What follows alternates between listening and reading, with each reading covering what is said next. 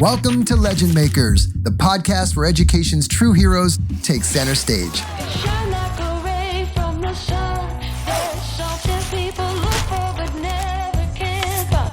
And we are back with the Legend Makers podcast. Today, I am with none other than Dan Leffingwell. He is the director of the Appalachian STEM Collaborative. Dan, it's good to meet you. Hey, nice to meet you, Scott. Thanks for having me. Yeah, I think we're getting ready for the holidays. I can see your tree in the back there. We talked a little bit about what happens when they all fly the coop and you realize that you're not going to be in town for the holidays. You just let them light up, right? Yeah, I'm not sure what happened. When I was young, I traveled, and when I'm old, I travel. So I'm not sure what happened to that period where people are supposed to come to me. But yeah, that's pretty much it for the Christmas decorations. There you go. Well, it looks pretty good. I have none here in the office, so you're beating me. So look, I said as we started talking that this is number 14, so I'm still getting my legs under me in terms of running this podcast and being an actual, hopefully a decent host. And what I found is that I always get into conversations with the guests and then hit record. And it's like, wow, we talked to so many great things were said prior to turning on the record button that I try not to make that mistake this time. So let's go back a little bit. And this is the first time you and I have ever met. Dustin Goldie, who was on the pod about 5 episodes ago. You and he are friends, and he recommended you come on the pod. So it's nice to meet you. Why don't you tell us about yourself and tell the audience, who's primarily made up of educators like yourself? Yeah, well, thanks for having me, and shout out to Dusty. He does great work in a different part of the state, but really our passion for the same work is really what brought us together. So I appreciate him and appreciate you giving me the opportunity. So I'm a 36 plus year educator, retired and reemployed in several different hats. Prior to retiring, I was, obviously a classroom teacher. I was a coach. I was a 20-year high school principal, 10-year superintendent of schools, and just really have nothing but great things to say about the profession of education. A lot of folks, I hear them say, unfortunately, that they would not encourage their children to follow that path.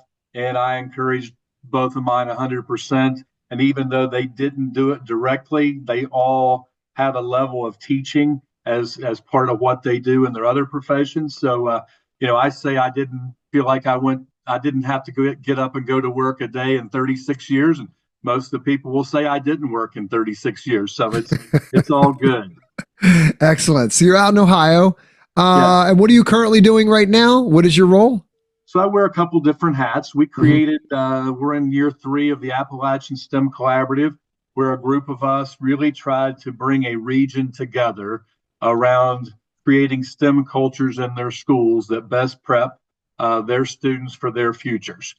So that is the overarching hat. Within that role, I had 2 different employers approach me about employing me while also giving me time to manage and direct the collaborative. And one, that's SA Architect and Design Company, and the other is Future Plans and the GRIP Project, where we focus on helping students and schools discover really their students' strengths and aptitudes and building pathways that align with student strengths and employer needs. And then obviously the Architect and Design Company, we're a big part in building out spaces that support personalized learning. So it really comes together to really help others transform what we know as very traditional education. Wow. So let me go back a little bit so I understand this. So you, the Appalachian STEM Collaborative, works with other schools, other institutions to help them kind of best practice. If I'm a school district and I want to start thinking more about how to bring STEM into our schools or after school enrichment programs or things, you're going to come in as like a consultant, an expert, a thought leader in the space and kind of help me plan out what that's going to look like, not even from a quote unquote curricular perspective, but also even from a structural, like how do spaces need to function and look, and wow, that's really cool. Absolutely. And then we even help them on the business and industry side discover where those gaps are locally or regionally and how that aligns with their students' strengths and skill set. And collectively, all these things come together at no charge for any of our participants and really help create an environment that fosters a culture where we can create hope for our students and their futures. And your participants are who? Schools? We have schools, every aspect of the educational arena, from administrators to teachers. We have business and industry leaders, community college folks, anybody in that region that really works, collectively to help create great experiences for students. And who do you primarily interface with, like, is a customer? I'll use the term customer loosely but somebody that you would interact with. So I'm interested. Who am I? Who's calling on you, Dan, to come in and help them out? Well, oftentimes from the school, and given my past, I'll often hear from district superintendents, and a lot of times even building leaders as principals. But a lot of our work is grassroots and sometimes starts at the classroom level. And teachers will say, hey, I'd like to set up a meeting with you and our leadership team. So really, those school district leadership teams. But it is an eclectic group. In year 3, we're about 2.5 years into it, but we have engaged 78 school districts across 28 of 32 Appalachian counties. And last year alone, we had over 1,300 attendees at our 4 main events, and then countless, as you mentioned, consulting opportunities where we get to go meet with them and really, I should have mentioned it earlier, really connect them with resources to help build out their work. And there's so many resources out there available. Many times people think that if I want to do something in this space, it's going to be very expensive. And so we've really used our opportunities to leverage those partners that come to the table and say, hey, we're here and we're willing to help. And oftentimes it doesn't cost a cent. That's great. We're happy to connect people to others. That's cool. And you've got, so your 4 main events, these are places where you connect industry with schools. And I think I've been something like that in Oklahoma, where they'll bring, like, it was a 21st century learning kind of program where they'll say, we've got these grant monies that we've been awarded.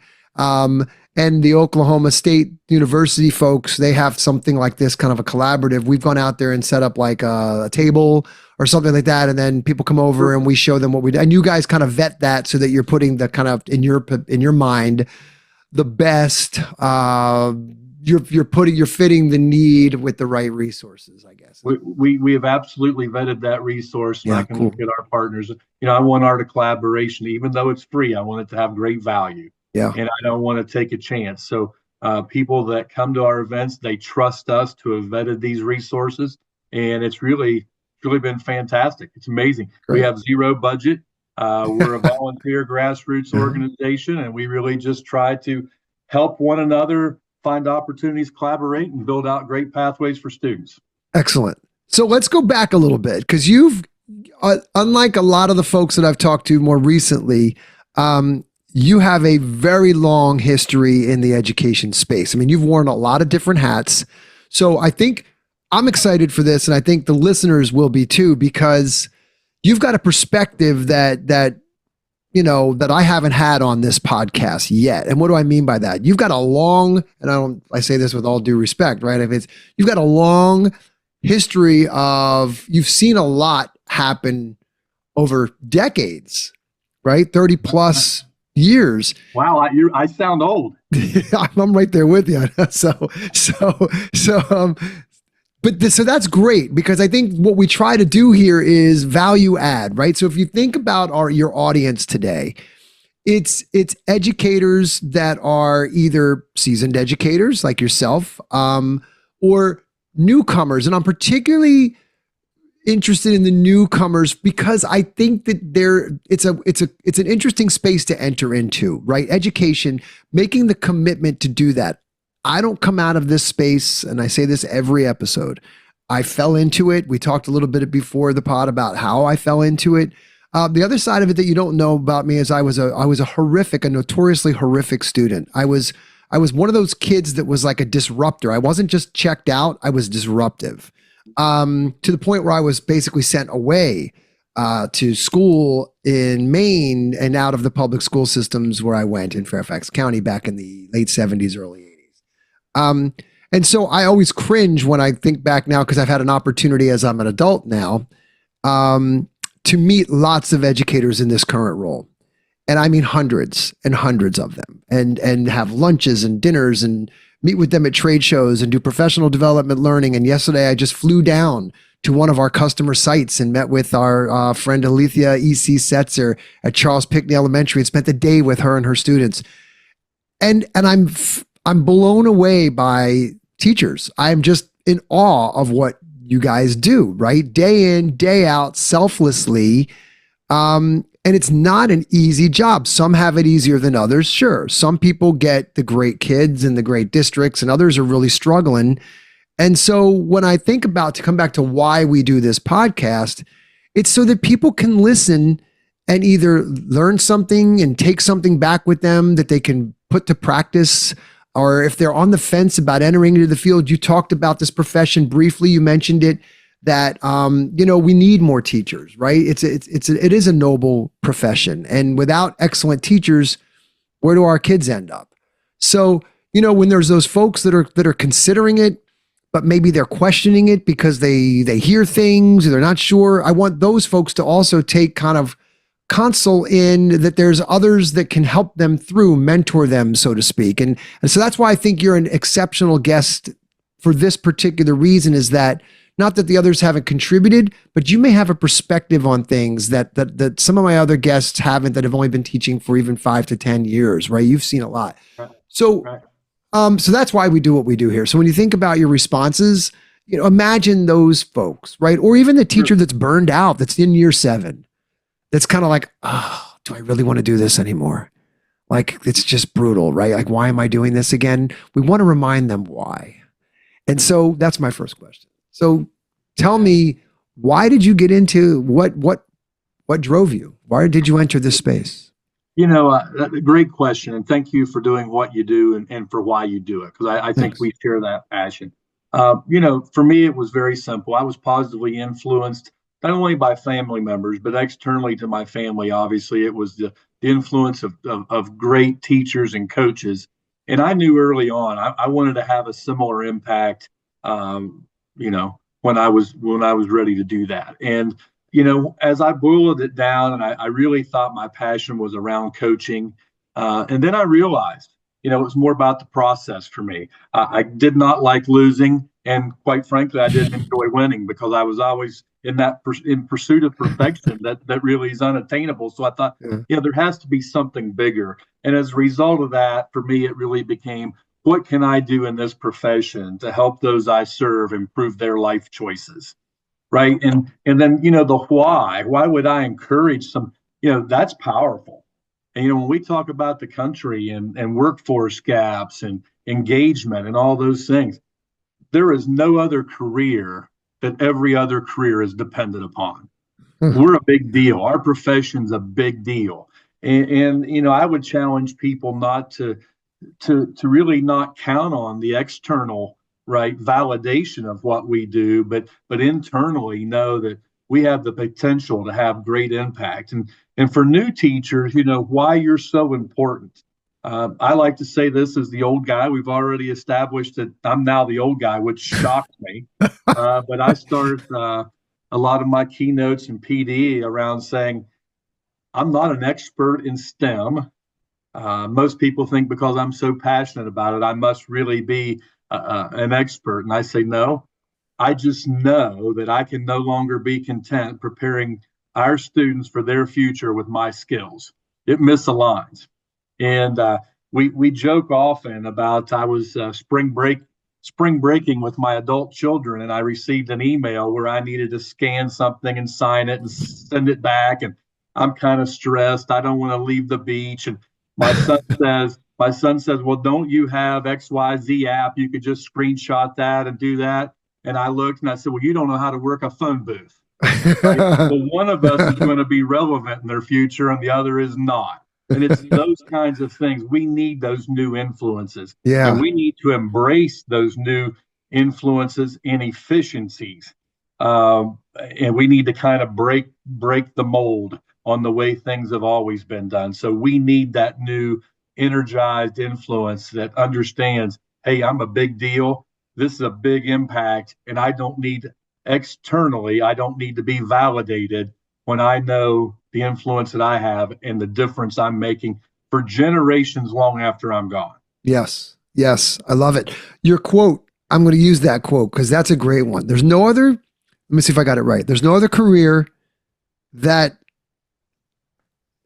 go ahead, say it again. There's no other career that is That really influences all others. all others. There's no other career that influences all other careers like teaching. Because you're right, right? That's cool. I've never heard that before. Right. And, not to get off the subject, but that's why really of all the things I'm passionate about, the connection to STEM is then what shift are we really trying to make? We're trying to really move things toward a personalized model, right? And how I build pathways aligned to student strengths. What's strong about people versus what's wrong about people, and aligning their strengths to where that intersects with business and industry need and helping them fill those gaps. And Gallup, told us long ago that when a school focuses on the strengths of its students, engagement, increases exponentially. So that still holds true today. So, one of the things when we speak about mental health issues and all these crises, right, that we deal with, including lack of engagement, chronic absenteeism, in most cases, we are not focused on the strengths of its students. We're uncomfortable as a lot of us older folks, we're uncomfortable about the future. And we sometimes unintentionally predispose that onto our students by saying, wow, I'm glad I don't have to grow up in your world. That's really going to stink. Well, that's just our discomfort. But the people we're serving are quite capable and quite comfortable. Yeah, for sure. So, and I'm one of those that I love leaning into this technology. Like I'm a technology buff, and I think I'm almost envious. It's interesting. I'm a Gen Xer, right? So I came up with, no internet and no phones and rotary phones and all that stuff. I was talking about it yesterday. Like somebody had a Pong thing, and I remember when that was a video game. I remember when that was like what we had on our television. I mean, I really am getting up there. It's weird. But I also am kind of like, I say this to my brother sometimes, like, gosh, we did see some cool stuff. Like we saw the advent of personal computing and the internet, and we saw some really neat technology and the portable device and the interconnectivity of the world and all of this stuff, which I think is fascinating. And now these kids are going to see stuff that would spin our heads. I'm envious to a degree, right? I think it'll be controlled properly. I'm optimistic that these students. We had a teacher on her podcast dropped today, in fact, and she's a high school teacher, and she was talking. One of the exercises she gave them to do was write a dystopian kind of scenario and pick something. And they were all about AI and social media and checking out. Some of it was pollution and the environment. But her takeaway, her positive takeaway, was they're aware. And so they're not just blindly running into these pathways, that the students are seeing it, that they're very aware of it. And that gives you hope for the future, that they do understand that there are kind of challenges to some of the newer technologies, AI in particular, that people just kind of don't have a crystal ball in terms of what that's going to look like. We couldn't have foreseen. Just a good analog to that might be social media. I remember when Facebook came out, it was like, wow, this is really cool. I went to boarding school in Maine, so I didn't have a home base. And I had seen my colleagues from high school in 25 years, right? 20 years.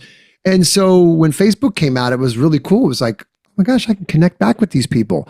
And now we see some of the ills, some of you're touching on it with kind of the disenfranchisement, the checking out, the social media world that we become. We didn't see that part of it, right? We saw the positive side. So anyway, the kids are aware of it. I think that's a good positive. And you're right. You need younger teachers entering into the space that embrace it as well and can help students together collectively navigate those pathways that can lead to good outcomes for everybody, right? Those students are the future that are going to be working with those technologies. And so as they need teachers that are also walking that path with them, I think is what you were saying. I think that's what I heard you saying. No, absolutely. And back in 2014, obviously before the pandemic, we had an opportunity in my district at that time to hire some new folks. And you have your normal customers that show up, but I was looking for a few people, would be the first hired on, quote, our team, but can they bring a different skill set? And so actually we hired two different teachers, and I'll leave them there, but they both came from an online school background. And I knew that through that, they would have some skills that were non-traditional, that by bringing them onto our team, we could gain other perspectives. Yeah. And so as that evolved over time, obviously we have a teacher shortage, and more specifically, we have a substitute teacher shortage. So prior to the pandemic, we stopped employing subs at our high school. And we just asked our teachers, when you're going to be out, could you put your assignment on Google Classroom? And again, this is 2014 and 15. So that became the commonplace. If you have first period study hall and that teacher is not here, you can access that assignment from home and show up second period. If you have that eighth period, you can check out. You're going to be able to do that assignment remotely. Well, skating to where the puck's going to be, the pandemic was not a huge adjustment for us because of that. But it started by bringing people onto the team that had a skill set that came from a non-traditional educational environment. And then they could help, we could leverage that experience and help use them internally to train and expose others. So it was really important that we had that diverse skill set on our team. And each one of our classes that come into our classroom really represents a diverse set of skills. And again, I'm going to go back to it 100 times, the value of identifying student strengths. Yeah. Yeah. So you're kind of touching on my second, which is typically the second kind of question that we work into, which is what would you say to teachers that are kind of considering, like new people that are considering entering into the space, right? And I think you've just said it. We need fresh perspectives. We need the younger generation to step up and become educators of the future, right? Because they have their finger on the pulse, not us old dudes and gals that are kind of like, look, we can try to keep up, but the reality is, and I see it in our programs. I go back on just my experience yesterday where we were talking with the teacher there that's running our drone program.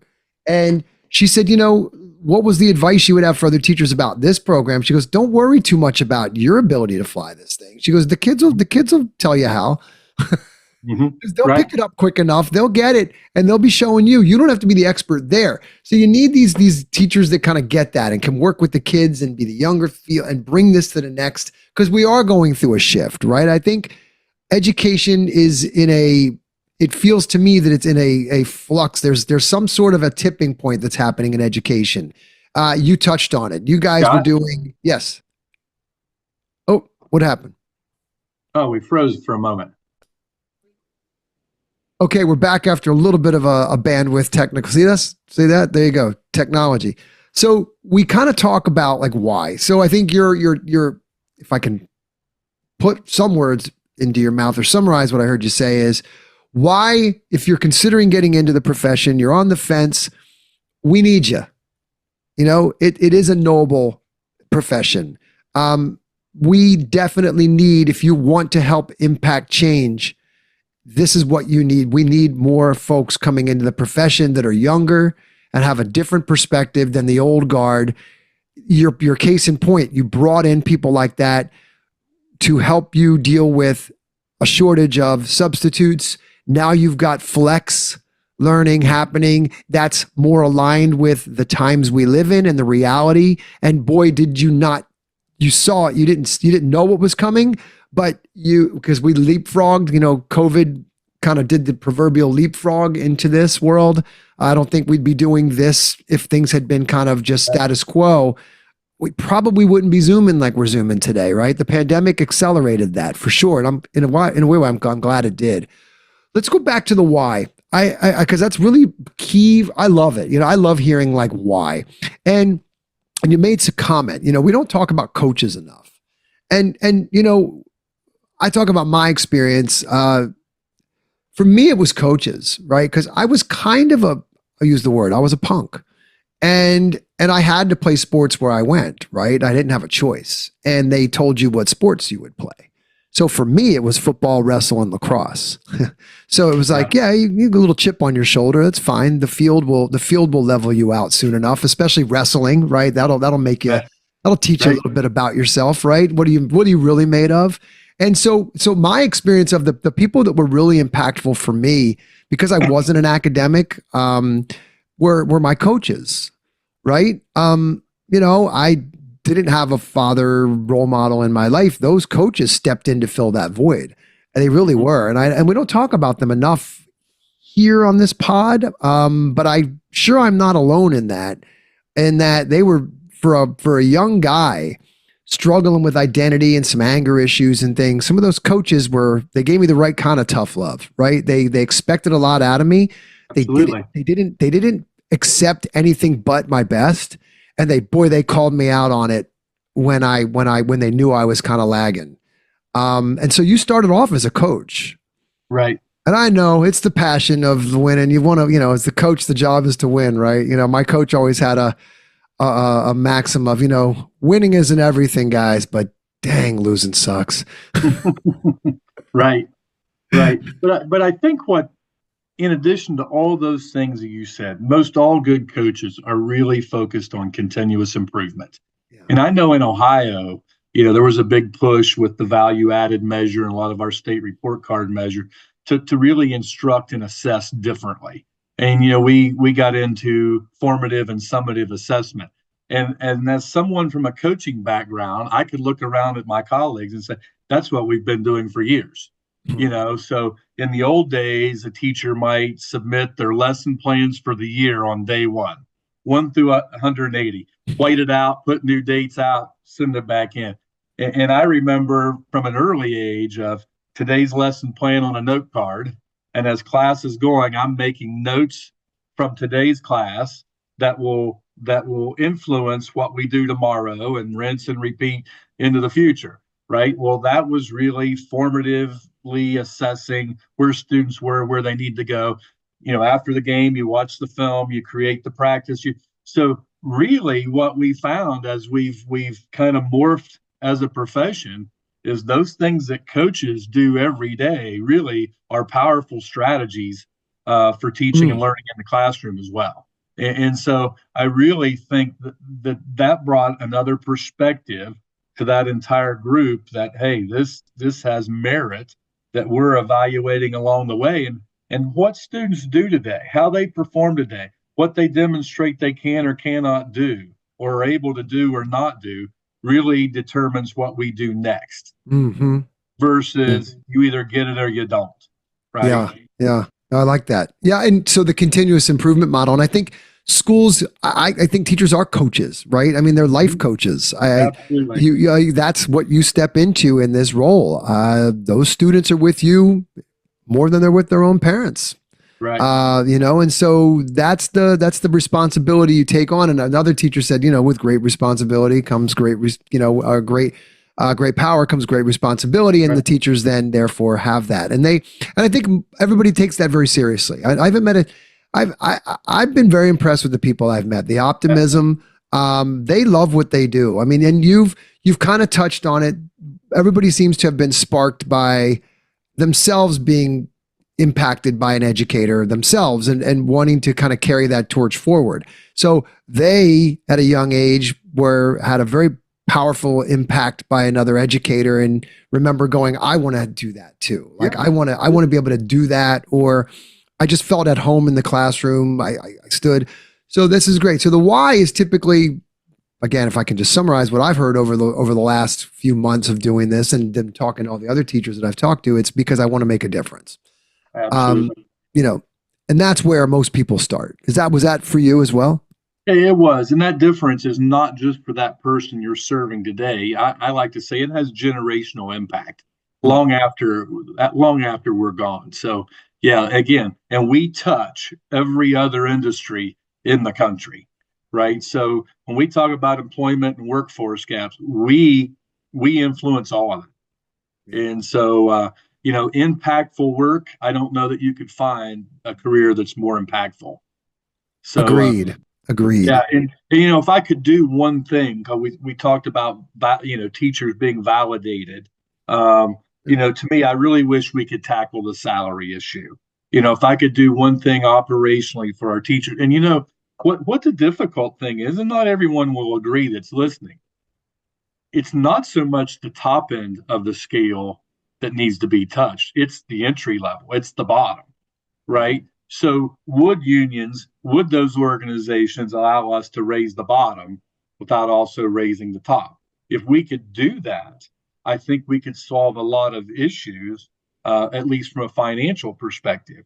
And because that's where you get killed. If you look at a teacher's daily rate, it's possible that it'll increase 3 times at the top of the scale on a per day rate versus what it is when you start. Yet the job is the same. Yeah. Yeah. So And I the would really tenure, like for right. people to consider, at least as an initial measure, can we all agree to lower or to raise the load? Yeah, Raise and the how bar. and what's the challenge with that is that if you raise it, it's when people are going to want to raise it across the board. So it's Right. always going to the scale is always going to have this disparity, right? So you're trying to do this, but in reality, it's this what happens, right? Is that Absolutely. So at least at first, I think we have to all agree, let's raise the bottom. yeah, And yeah, as time goes, we can work on elevating that top. It continues to get elevated every year. Anytime you have a negotiated agreement that changes, everybody's getting some kind of bump more often than not. But the bottom continues to be lagging so far behind that people just say, "Hey, that's not for me." it's disincentivizing for Yes, anybody entering in. yes. Yeah, I would agree with you. I don't know how exactly to make that happen. I think that's probably quite important, and I don't know the answer to that because I can just see where the tensions start to rise with, well, you raise it, you're going to raise it for everyone. And so I'm not sure exactly how. What are your thoughts on what's the strategy to go about doing that? Well, I think some states are doing it. They're raising They minimum are. teacher salaries, and I think that's where we start, right? But Yeah. I Yep. think if we could do that to get more people to take that step to come in, and then I think our profession, we can sustain them because people do realize most of our cultures, as you mentioned, are very positive, right? Yeah. They are good environments to work. But some people look at that starting salary and just say, how Do it. how would I make that work? Yeah. Yeah. For sure. What about here's something. Says again, I think I'm going to draw on some of your. You've had some great. I'm sure you've had plenty of these types of experience. At some point in your career, did you ever feel burned out? Well, listen, Dusty is the one that introduced us, so there's going to be a zinger, right? And I'm not sure you can be burnt out if you were never lit, right? And I think that I think it's possible? Yeah, but I think sometimes that might be that's really personal, Mhm. Mhm. about where you are and what you're looking to get out of that career, what you want to give, knowing what kind of work we're doing with students. Did this job really align with your strengths? Or did you think the job fit the lifestyle that you wanted, right? So maybe that career is not for you because it's not for everybody. No career is for everybody, Correct. Right. right? But what are you really wanting to do? Some people are simply burnt out because they don't want to change, Yeah. right? And things are changing. Their customers changing. The person sitting front, they have to be engaged differently. I have to come to work differently than I did 20 or 25 years ago. And then we just refer to that as burnout, right? Well, are we relevant? And so again, I get it is a tough job, but I also know that we have to have the ability to adapt and evolve. And I also know that's difficult for many to do. And I use COVID as an example. We were forced to adapt and evolve almost every night and overnight, rather. And you know what? Our teachers answered the call. I mean, I think we hear some of the negatives, but by and large, man, we responded and we knocked it out of the park. But as soon as it was over, we tried to put everything that we discovered that was good back in the box so things could be like it was before. And Mm. actually, we found some great ways to navigate a difficult time that's still relevant long after the pandemic's over.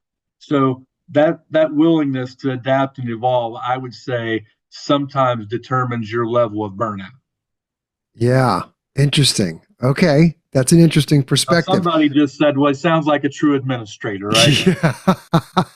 Yeah. See, I haven't been on the receiving end of administrators, but I think there's something to that. I think, looking in the mirror and self-reflection too. You made a comment. I mean, not every career is for everybody. Right. And you might have entered into the career with expectations that it'd be one thing and it's another thing. And I think in some instances there are some folks that are seeing things that they didn't expect, right? They maybe love parts of the job and not others, right? And so I think it's a case by case basis. You're right. I think it's very personal. And I think you have to determine, I think it goes back to why. Like, why did you start? What's your primary? Because if your why is powerful enough, it'll pull you through a lot of the stuff that, like, when you're feeling down or disparaging, if you can pull back and reflect on that purpose, that'll get you there. That's the way to get through. Well said. Last year I was very fortunate in a role to work with some students from an area school system that were on the chronically absent list. Mm-hmm. Right. So this group represents the most disengaged of this particular somewhat large district. And I was wowed every time these students, I would meet with 25 to 30 at a time. We had 4 different groups. And I would always ask them the typical question, what do you want to be when you grow up? And they would give us the standard careers that they're exposed to, But then I would ask them, now let's think about it differently. What problems in this world would you like to solve? And I'm telling you, that's a different level of engagement. Yes, so the most disengaged lit up. And I said, now let's think about what job could you have that aligns and that would actually support you in fixing the problem. That is the difference in getting up, right, on fire every day. That's right. Versus I love that. Going to a job. And it was interesting. The most disengaged students. And while we're there, I have to tell a story about what we did with these students. Please. Yeah, please. So we created a credentialing opportunity that was on Fridays alone. So kids were going to be in their home schools Monday through Thursday. Then they're going to come to the community college on campus that was closed on Fridays. And they're going to go into one of 3 pathways: cybersecurity, industrial maintenance and welding, or advanced manufacturing. But they had to enter in to one of those pathways that aligned to their strengths. And so we had great success. I bet. But on one particular day, we had flooding in our area. So we were debating on whether or not we were going to be open or closed due to flooding. And it seemed kind of apparent that we could be open. So let's be open, and anybody that gets here can get here. We'll be here for them. And I had one superintendent say, well, don't worry about any of my students. We're on spring break. 100% of his students showed up to participate, yet these folks were on the chronically absent, disengaged list. But a program that aligned to business and industry need, also aligned to their strengths, equaled a level of engagement, right, that is significantly different than what happens in many of our traditional classrooms. 100%. And so it was just great. I also thought it was interesting. Each one of those groups of students were a mix between male and female. Coming into that program, when we asked students, what problem would you like to solve? In every group, did we hear from females, gender bias in career selection and coaching. Okay. So they were more engaged, right, than we ever gave them credit for. Yeah. But they were not engaged in what we traditionally refer to as school. That's right. I think you tap into, you said it when you first started. You said it kind of tongue in cheek. I haven't never worked a day in my life. Mm-hmm. And on one, you kind of had 2 sides of the same coin there. You're like, well, some people will tell you that I've never worked a day in my life. And I think you're being kind of, funny about it. But you brought it up, find something you love to do, and make a career out of doing it, and you'll never work a day in your life. And I think you're right. I mean, I would imagine that you could replicate that around the country and around the world is start with why, right? Simon Sinek, if you ever know who Simon is, starts with why from a business perspective. Right. I mean, and I heard something the other day in a business podcast that business is just solving problems, right? Like get used to problems, because businesses is just the continuous activity of problem solving. That's really what a business is. It's a machine that's designed to solve problems. And it's made up of people and entrepreneurs and employees and all kinds of things. But at the end of the day, it continuously solves problems. Well, that's what human beings do, right? As we go through life, so if you find a problem, I love this. Now you've just tapped into something that I really think is cool, because that is entrepreneurship And I think we've all got a little entrepreneur in us, right? You just got to tap into what it is. And that's why, so when people are disengaged at school, I mean, look at some of the most successful entrepreneurs out there. They were horrible students because it was boring to them. It just wasn't, it didn't make sense to them. Their brains were thinking about things in a different way. They were looking for problems to solve, not, they had a calling at a young age. They knew inherently that there was something else that they should be doing rather than, sitting in a classroom being lectured to about whatever. Right. And as soon as you get them in that element, they're unstoppable. Yeah. I mean, that's a great story, by the way. Well, and I tell you, you just triggered two thoughts, and one was, we since 2013, our team always kept in front of us, who do we serve and what problems are we trying to help them solve, right? And that was from that individual classroom perspective all the way up to our business and industry partners. And it was interesting. For years, we heard, for example, that boys are better in math than girls. We've heard that. Well, you know what? We're finding out it's not necessarily true. Right. Here's the thing, though. Girls won't oftentimes express their interest or love for mathematics until we can show them how their understanding and ability to use mathematics can help folks solve problems. So can they use it purposefully to solve those problems? And that is powerful. And so, those are the kind of things I think you and I are both passionate about, but it's really, I think, relevant for where we're going in the future. It sure is. I mean, how many times do teachers hear, well, when am I ever going to use this? Mm-hmm. It's the age-old student question, right? Like, especially with math. But when am I ever going to use this, right? Like advanced calc or whatever. Right. But right. Yeah, I wish more, so as we get back to, okay, let's think about the why for this podcast, right? So teacher strategies and things that you can employ in your classroom. I think that you could absolutely, regardless of what the curriculum says as you're working with your students, try to weave that kind of component into, well, what am I ever going to do with this? How do you link what you're doing in the classroom to students' desires, to their why? How do you tap into a kid's why? Like, find, what problem? I love that question. I think, would it be fun if you started every year with that with your students? Like, what problem would you solve? If you could solve any problem in the world, what would it be and why? Yep. And that's really, the whole notion around project-based learning or problem-based learning. 100%. But, I would even argue, let them define the problem. Let them identify a problem in the community that they feel like they can solve. And then how can we curricularly align that to their skills? I mean, love this. It is so powerful. And what we find when that is, routinely available is kids light up, and we see a level of engagement that we're not accustomed to. Yeah. Oh, I love this. Boy, you got me on that one. That was great. There's my nugget for the day. Yeah. I mean, lead with what problem do they want to solve? I love it. It's purpose driven. Wrapping up a little bit here, I want to leave with this. What are you optimistic about? So as you look forward, and we touched a little bit on this too, in terms of technologies and things like this, and it doesn't have to be technology. It could be teaching approaches and things like what we just talked about. But what excites you about education as you look forward the next, few decades out? I know you don't have a crystal ball, but what do you see today that you think, oh, I think that's very exciting, and I'm optimistic about what I see? Yeah, I a lot of things. I'm really optimistic first and foremost about our students and their potential. 100%. I think our future's in great hands. It's going to look different, no doubt about it. But it could also be better. They know how to leverage many of the tools available to us today. You mentioned AI earlier. We just finished on December 4th.